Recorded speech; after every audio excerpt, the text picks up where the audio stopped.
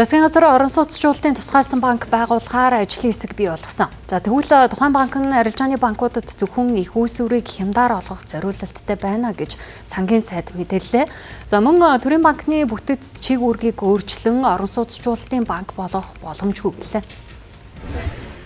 Ипотекийн зах зээл дээр яг ингэж нөгөө дундын бөөний нийлүүлэлтийг нь хангаж идэг ийм санхүүгийн институт бий болох дээр банк. Тэрнээс биш одоо жижиглэнгийн ийм зээл өгөхгүй харин одоо яг жижиглэнгийн зээл өгж байгаа одоо арилжааны банкуд дээр хямд их усүрийг олж ирж тийш хямд их усүрийг нийлүүлж өгдөг. Гэхдээ зөвхөн ипотекийн зээл. Гэхдээ ипотекийн зээл нь бол зөвхөн орон сууц биш одоо ногоон орон сууц гэдэг тийм ээ. Ногоон орон сууц одоо бага үнэтэй ногоон орон сууц ч гэдэг юм. Эдгээр байруудыг ч мөн одоо санхүүжүүлэх. Ер нь орон сууцчлалтын ийм л одоо банк бий болох юм байна.